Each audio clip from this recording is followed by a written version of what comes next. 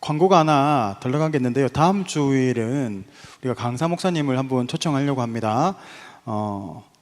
김남괴 목사님이라고 그 이단에 대해 정통하신 목사님이 계신데요. 제가 들어보니까 너무 유익할 것 같아요. 다음 주일은 목사님 모시고 같이 예배드리는 시간을 가지도록 하겠습니다. 자, 오늘 우리 하나님 말씀을 먼저 받겠습니다. 이 복된 시간에 우리에게 주시는 하나님의 말씀은 계속해서 느헤미야 9장입니다. 느헤미야 9장 1절에서 2절까지의 말씀입니다. 느헤미야 9장 1절에서 2절까지 말씀, 하나님께로 돌이키는 회개라는 제목으로 하나님의 말씀을 받겠습니다. 느헤미야서 9장 1절에서 2절까지 말씀, 우리가 짧으니까요 우리 다 같이 읽도록 합시다. 같이 읽습니다. 시작. 그달 20나흘 날에 이스라엘 자손이 다 모여 금식하며 굵은 베옷을 입고 티끌을 무릅쓰며 모든 이방 사람들과 절교하고 서서 자기의 죄와 조상들의 허물을 자복하고. 아멘. 곤충이나 또 파충류 그리고 갑각류 같은 경우는 허물을 벗습니다. 그 아시죠? 그래서 그 홑게라고 혹시 드셔보셨나요? 아주 비싼 가격에 팔리는 게가 있어요. 이 갑각류인데 개가 이 허물을 벗고 나서 그 허물이 생기려고 할 때 그것들 딱 잡아서 파는 게 홑게입니다. 아주 비싸고 아주 영양가가 아주 많습니다. 이렇게 파충류도 그렇고 나비도 그렇죠. 파충류나 뱀이나 그리고 이 갑각류 같은 것들은 허물을 벗는 시기를 갖게 되는데요. 이 왜 허물을 벗을까요? 단지 우리가 옷을 갈아입듯이 갈아입는 이유가 아니고 몇 가지 이유가 있습니다. 첫 번째는 이들은 이 피부가 늘어나지가 않아요. 그렇기 때문에 그 허물을 벗게 되는 거죠. 그러니까 성장을 위해서 허물을 벗습니다. 그러니까 자꾸 커지게 되니까 전에 있던 게 작은 거죠. 그러니까 이 허물을 벗어내고 새로운 것들을 만들어 내기 위해 그렇습니다. 두 번째로는 외부에서 상처를 받게 되면 이게 잘 낫지가 않습니다. 그러니까 이 허물을 벗으면서 새로운 피부를 얻게 되는 거죠. 그러니까 그 상처 치유를 위해서 받기도 하고, 또 외부에서 기생충이나 이 감염된 것들에 대해서 이제 고침을 받게, 회복되기 위해서 이 허물을 벗는다고 합니다. 그리고 마지막으로는 다 더 선명해지는 거예요. 새로운 것들이 생기게 되면 더 선명한 무늬가 생기게 되고 아름다운 모습으로 변화되게 되는 것입니다. 이렇게 허물을 벗음을 통해서 이 생명체가 더 성장하게 되고 더 단단해지게 되고 회복이 일어나게 되고 또 아름답게 되는 이런 목적이 있기 때문에 허물을 벗게 됩니다. 그런데 여러분, 허물을 벗는 게 쉬울까요? 어려울까요? 우리가 잘 벗어보지 않아서 모르겠지만 아주 힘든 과정을 거칩니다. 때로는 많은 시간을 통해서 끊임없이 계속 노력해야 벗게 되는 그런 과정이 있다고 합니다. 때로는 아까 얘기한 것처럼 외부의 단단한 이 껍질을, 허물을 벗게 되면서 새로운 살이 생기기 그 시간까지는 매우 위험한 시기가 됩니다. 그러니까 외부의 공격에 노출되기도 하는 매우 위험한 시기죠. 그렇다고 이게 허물을 벗지 않을 수는 없는 거잖아요. 성장을 해야 되고 또 상처도 치유가 돼야 되고 하는 그 자연의 질서가 있기 때문에 그렇습니다. 그런 과정을 거쳐서 허물을 벗게 되면 새로운 옷을 입게 되고 더 성장하고 더 야생에서 더 힘차게 살아갈 수 있는 그런 힘을 얻게 되는 과정이 바로 허물을 벗는 과정입니다. 그렇다면 사람은 허물을 벗습니까? 사람은 허물을 벗지 않아요. 그런데 가끔씩 이렇게 집에 가다 보면 이 허물을 벗는 친구들이 있어요. 문을 열고 들어가다 보면 그 사람의 흔적이 그대로 남아 있습니다. 양말부터 바지, 순서대로 이렇게 바지, 그 다음에 위에 상의, 그리고 속 이렇게 해서 막 들어가는 사람들이 있어요. 자기가 나왔던 그 흔적들을 남기는 사람들이 있습니다. 그리스도인들도 이 허물을 벗습니다. 그렇죠? 그냥 모든 사람은 허물을 벗어요. 그래서 이런 관용어가 있잖아요. 허물 많은 사람, 나는 참 허물이 많습니다. 당신은 참 허물이 많군요 라고 이야기를 할 때 어떤 의미겠어요? 우리는 허물을 벗지는 않지만 마치 이 곤충이나 갑각류가 허물을 벗듯이 벗어야 되는 어떤 잘못된 부분들을 지적할 때 이야기를 합니다. 그래서 이 허물 많은 사람이라고 이야기도 하죠. 많은 사람들이 그래요. 그리스도인들도 그 허물을 벗어야 하는데 때때로 많은 어리석은 사람들은, 좀 미성숙한 사람들은 자신의 이 허물을 잘 깨닫지를 못합니다. 그러다 보면 어떤 현상이 생깁니까? 아주 기본적인 욕구에, 일차적인 욕구에 머물러 있게 돼요. 그러니까 일차적인 욕구가 뭐가 있습니까? 기본적으로 생리적인 욕구가 있잖아요. 우리가 잘 옛날에 배웠을 거예요. 그 매슬로우의 욕구 계층 이론이라는 게 있어요. 사람마다 이 욕구의 그 단계가 있다는 거죠. 처음에는 뭐예요? 처음에는 이 생리적인 욕구입니다. 먹고 마시고 싸고 하는 그런 어린아이가 가지고 있는 욕구가 있어요. 거기서 조금 더 성장을 하게 되면 어떤 욕구가 있습니까? 그러면 안정의 욕구가 있어요. 내가 직업을 찾고 돈을 벌고 하는, 내가 뭔가를, 나에게 삶에 필요한 것들, 그러니까 심리적인 안정을 자꾸 추구하게 되고 육체적인 안정을 추구하게 되는 욕구죠.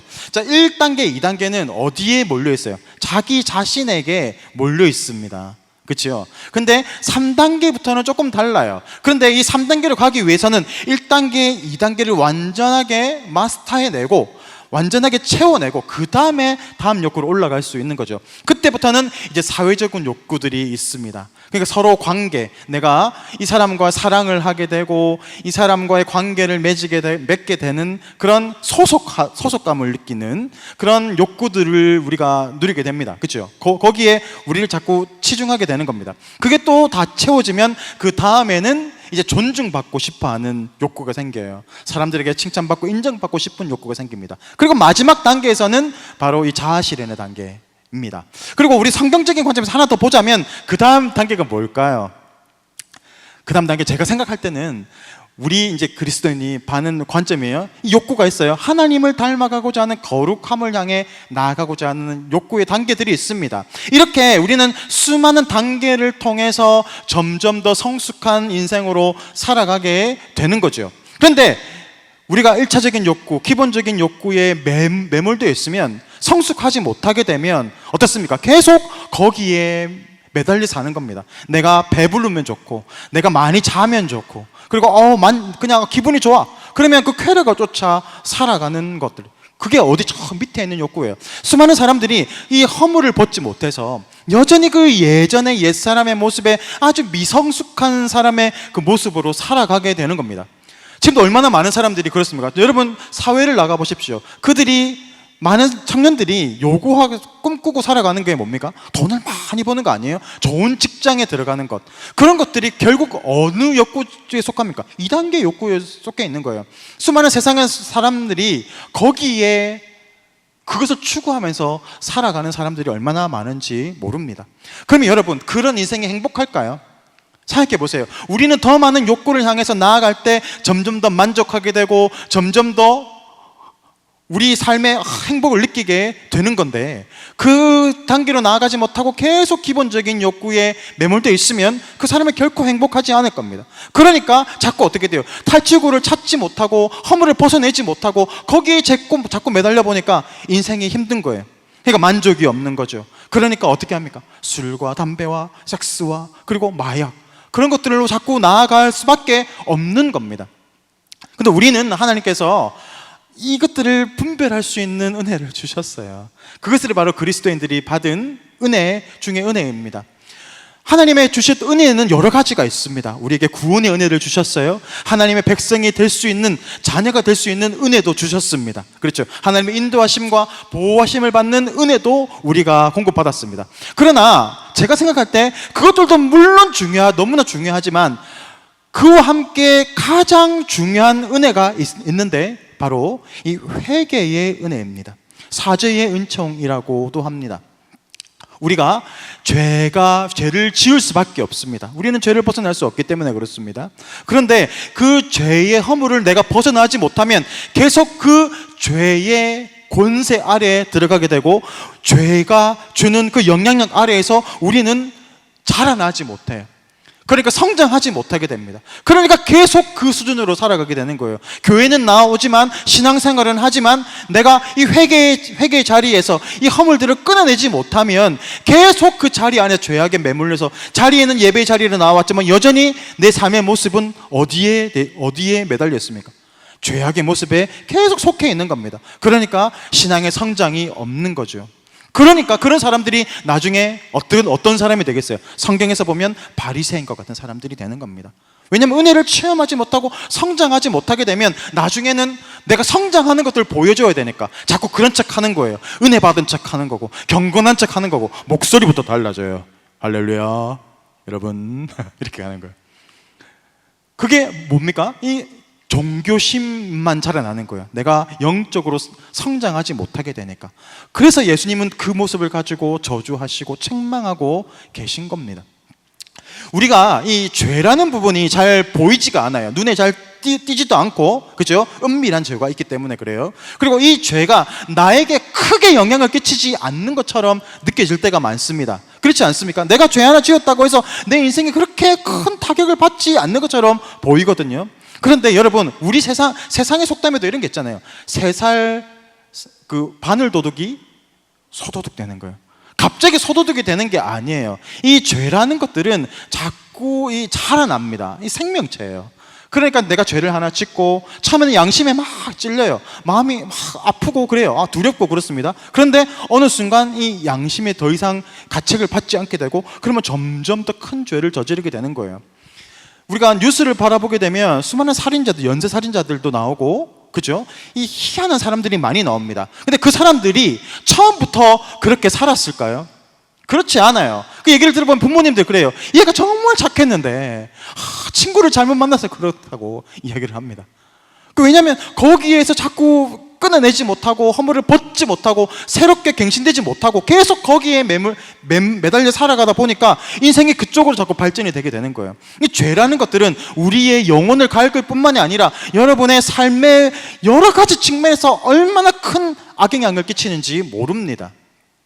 그래서 심각한 어떤 열매들이 바로 우리가 사회에서 보고 있는 그 범죄자들이 그런 것이기도 합니다. 그러나 오늘 여러분, 우리가 다른 죄를 다 끊어서라도 오늘 여러분이 이 교회 예배당에 나오면서 지었던 죄악들이 있잖아요. 누군가를 판단하고 미워하고 정죄하고 게으르고 하나님을 온전히 예배하지 못하는 그런 사소한 것 같은 그 죄악 하나를 가지고 오늘 하나님의 부르심을 받는다면 우리는 어떻게 될까요? 이 죄가 해결되지 않는다면 정말 사소한 죄 하나가 있어요. 저 사람 꼴 보기 싫어 라고 하는 그런 생각 하나만 가졌을 뿐인데 나는 어떻게 됩니까? 지옥에 가는 거예요. 그러니까 죄라는 것들은 정말 치명적이고 너무너무 무서운 죄입니다. 그런데 이 죄의 허물을 우리가 벗어낼 수 있는 힘이 없습니다. 이게 죄인지를 알면서도 벗어낼 수가 없어요. 그래서 하나님께서 누굴 보내신 거예요? 그래서 예수님이 오신 겁니다. 예수님이 우리의 죄를 대신해서 십자가에 죽으심으로 이 죄의 권세를 이기셨어요. 그리고 그것으로 끝나는 게 아니라 우리가 그 예수님의 이름을 부르고 나의 죄악을 고백하고 회개하면 그 예수님의 그 능력이, 그 은혜가 우리 가운데 임하면서 우리의 죄의 권세가 사해지게 되는 겁니다. 그러면 이제 이 허물을 벗을 수 있게 되는 겁니다. 그게 바로 우리가 받은 아주 큰 은혜 중에 은혜입니다. 근데 여러분, 이 회개가 은혜라고 생각하십니까? 때로는 귀찮고 때로는 하기 싫고 내가 죄가 자각되지도 않고 내가 이걸 왜 해야 되나 라는 생각이 막 들지도 않습니까? 그러나 그게 아니에요. 이 은혜는 너무너무 중요하고 큰 은혜입니다. 이 은혜가 없다면 우리가 어떻게 하나님의 자녀가 될 수 있겠습니까? 오늘 우리가 이 말씀을 느헤미야서를 봤습니다. 이제 성벽이 완성이 되고 그들은 이제 하나님의 예배를 할 수 있는 이제 자격을 갖추게 되고 어떤 그 배경이 되었어요. 성전이 완공이 되었고 성벽이 둘러쳐졌고 이제는 안전하게 하나님을 예배할 수 있고 그곳에서 살아갈 수 있는 이제 조건을 갖추게 됩니다. 그런데 오늘 우리 본문을 보니까 어떤 본문인 것 같습니까? 그들이 금식하면서 베옷을 입고 부르짖어요. 회개하고 있는 장면이거든요. 에스라라는 학자가 있어요. 그는 제사장이기도 했습니다. 이스라엘 백성들을 다 소집했어요. 그리고 그들을 세워놓고 단에 올라가서 율법서를 꺼내기 시작합니다. 그리고 율법서를 읽습니다. 그리고 하나님의 말씀을 읽으면서 그것이 무슨 뜻인지를 하나하나 설명해 주기 시작합니다. 하나님의 말씀을 그전에는 잘 듣지 못했어요. 그런데 이제는 성전이 지어졌고 성벽 안에서 이제는 이 하나님의 말씀을 들을 수 있는 자격이 된 거죠. 말씀을 듣다 보니까 찔림이 있는 거예요. 찔림이 있어요. 왜냐하면 하나님께서 명령하셨던 그 말씀과 나의 삶의 모습이 일치되지 않는 것들이 발견되기 시작했기 때문에 그렇습니다. 어떤 모습이 있었을까요, 여러분? 이 당시에 포로에서 돌아와서 왔더니 이제는 성전도 다 황폐한 상황이잖아요. 그런데 그 주위에 살고 있었던 족속들이 있었어요. 그런데 이 이스라엘 백성들이 그들과 관계를 맺으면서 통혼을 하게 됩니다. 통혼이 뭔지 아시죠?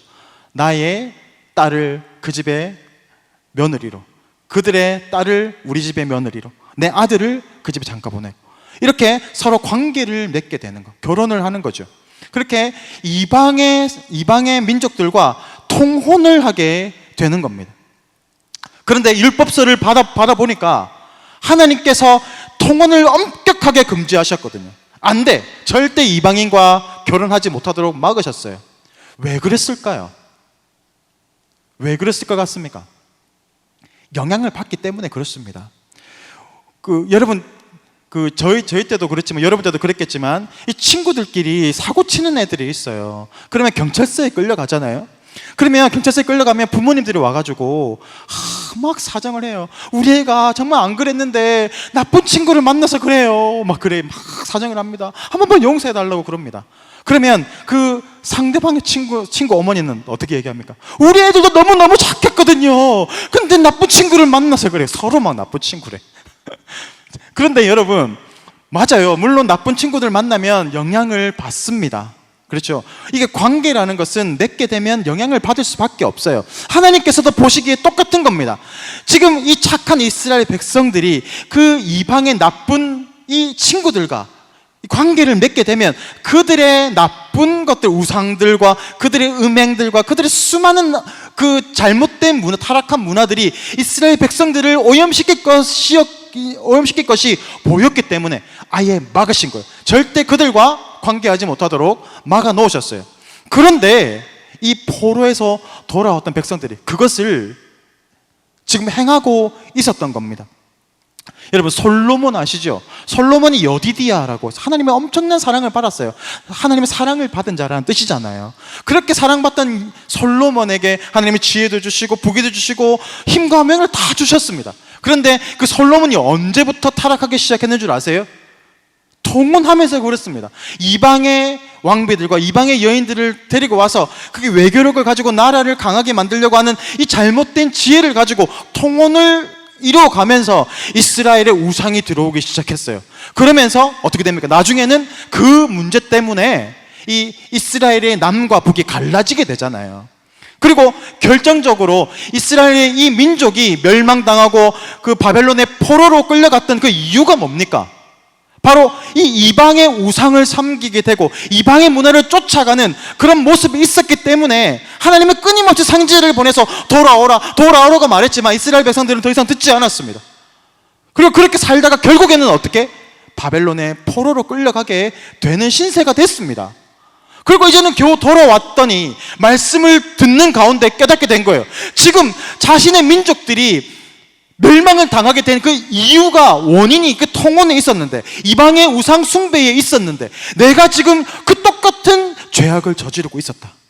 그러니까 얼마나 기가 찼겠습니까? 그래서 그들은 손을 들고 하나님 앞에 회개하기 시작합니다. 하나님 잘못했습니다. 막 회개하는 거예요. 하나님께서 그들의 회개를 들으셨을까요? 듣습니다. 하나님은 우리가 회개하고 나아가면 아무리 더러운 죄를 짓는다 할지라도 하나님 반드시 우리의 모든 죄를 다 들으시고 용서해 주십니다. 그런데 여러분, 문제점이 있어요. 우리가 여기서 잘 넘어지는데 잘 들어보세요. 우리가 잘못을 저지르고 회개를 합니다. 하나님 잘못했습니다. 다시는 그 죄를 짓지 않겠습니다 하고 나아가면 마음에 시원함도 옵니다. 근데 여러분의 삶을 돌아봤을 때 그 죄에서 여러분이 자유롭게 되는 모습을 느낍니까? 실제로 여러분이 그 죄와 단절되고 이제는 나와 상관이 없는 것으로 느껴지십니까? 안 그렇잖아요. 여전히 그 죄악이 있잖아요.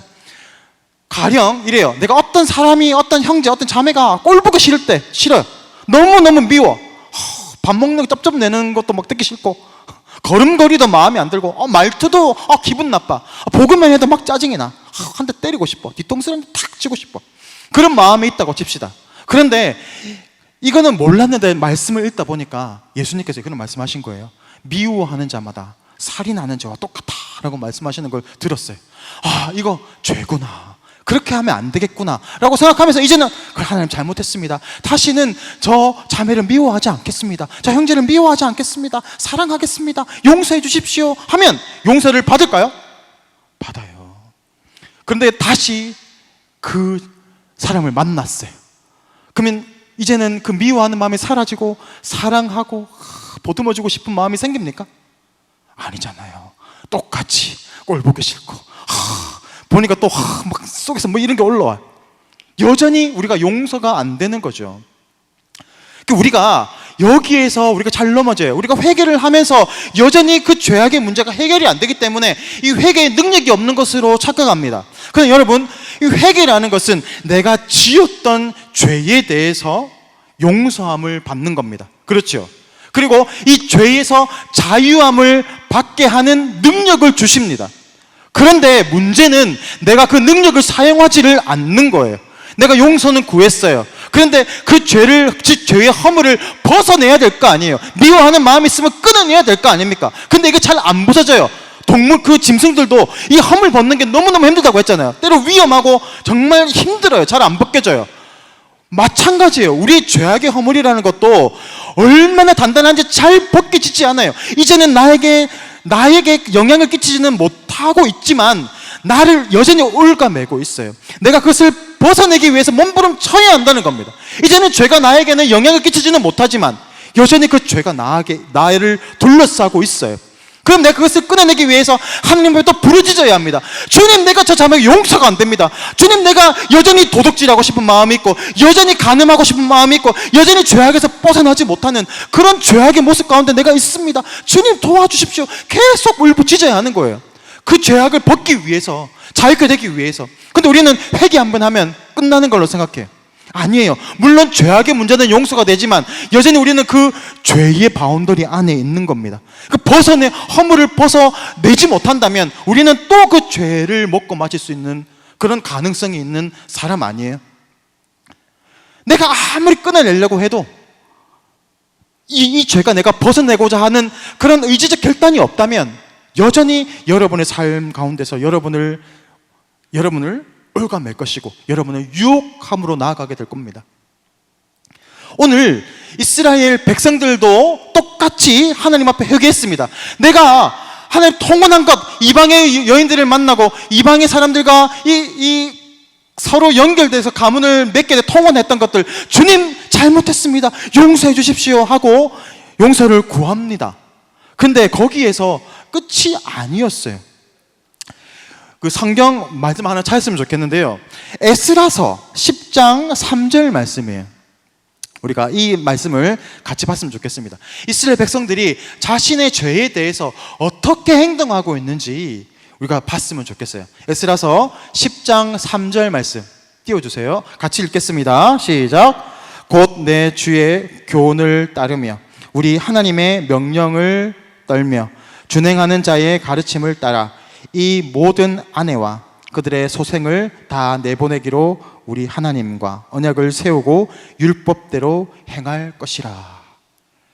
지금 이스라엘 백성들이 어떤 결단을 하고 있습니까? 지금 통혼을 해서 이미 자기들의 가족이 되었어요. 그렇죠. 가족이 되었어요. 그리고 그 아내를 맞았어요. 그리고 아내와 결혼해서 자녀를 놓습니다. 그러니까 내 새끼를 낳았단 말이에요. 그런데 지금 이것이 잘못된 것을 알고 이스라엘 백성들이 어떤 결단을 하며 나아가고 있습니까? 단지 하나님 잘못했습니다라고 끝나는 게 아니라 사랑하는 내 아내, 그리고 사랑하는 나의 자식을 지금 내보내기로 결정했다라는 겁니다. 여러분, 이게 쉬운 일일까요? 여러분은 결혼하는 사랑하는 그 사람과 또 정도 들었겠죠. 그리고 나의 사랑하는 그 자녀를 하나님 때문에 내보낼 수 있는 그런 결단을 할 수 있겠습니까? 우리가 단순히 그냥 내 아내, 내 자식으로 보지 말고 여러분의 죄악의 문제를 바라보길 바랍니다. 여러분과 지금 한 몸이 되어 있는 죄악들이 분명히 있을 거예요. 그렇죠? 근데 그 죄악들이 이제 나의 아내처럼, 나의 자식처럼 열매가 맺혀지기 시작하는 거예요. 죄악의 열매들이 주렁주렁 맺혔어요. 이미 이 죄악은 나와 한 몸이 되었습니다. 근데 그 죄악을 끊어낸다는 것은 마치 나의 아내를 보내는 것과 내 사랑하는 그 자녀들을 내보내는 것과 똑같이 너무너무 힘든 결정이라는 것입니다. 죄악을 끊어내는 것들이 단순히 회개 한번 한다고 해서 그냥 자유롭게 되는 것이 아니라 이처럼 의지적 결단을 가지고 피를 토하고 뼈를 깎는 고통이 수반된다는 거예요. 너무 무섭지 않아요? 여러분, 내가 짓는 그 죄, 내 만족을 위해 짓는 그 죄가 결국 여러분의 살을 깎고 뼈를 깎는 고통을 수반한다는 겁니다. 얼마나 힘든 겁니까? 그런데 오늘 이스라엘 백성들은 어떻게 결단하고 있습니까? 내가 내 사랑하는 아내와 내 사랑하는 자녀들이 하나님의 뜻에 맞지 않기 때문에 나는 그들을 내보내기로 결단합니다 라고 결단으로 나아가고 있습니다. 진정한 참된 회개, 진정한 회개는 무엇일까요? 입술의 고백입니다. 주님, 잘못했습니다. 내가 죄를 지었나이다. 주님, 용서해 주십시오. 그리고 거기서 끝나는 것이 아니라 결단과 행동이 동시에 수반되어야 됩니다. 내가 그 죄를 끊기로 결단했다면 내가 실제로 그것을 끊어내고 그것과 싸우는 결단이 있어야 됩니다. 그것이 없잖아요. 그러면 그 죄는 평생 동안 여러분을 쫓아다닐 겁니다. 평생 동안 또 죄를 회개하는 거예요. 그 자꾸 여러분 회개한 죄가 계속 또 회개하게 되잖아요. 그렇지 않습니까? 각자의 약한 부분들이 있거든요. 그 부분들이 계속해서 나를 쫓아다닙니다. 이것이 죄인 줄 알면서도 회개했지만 잘 끊어지지 않아요. 왜 그렇습니까?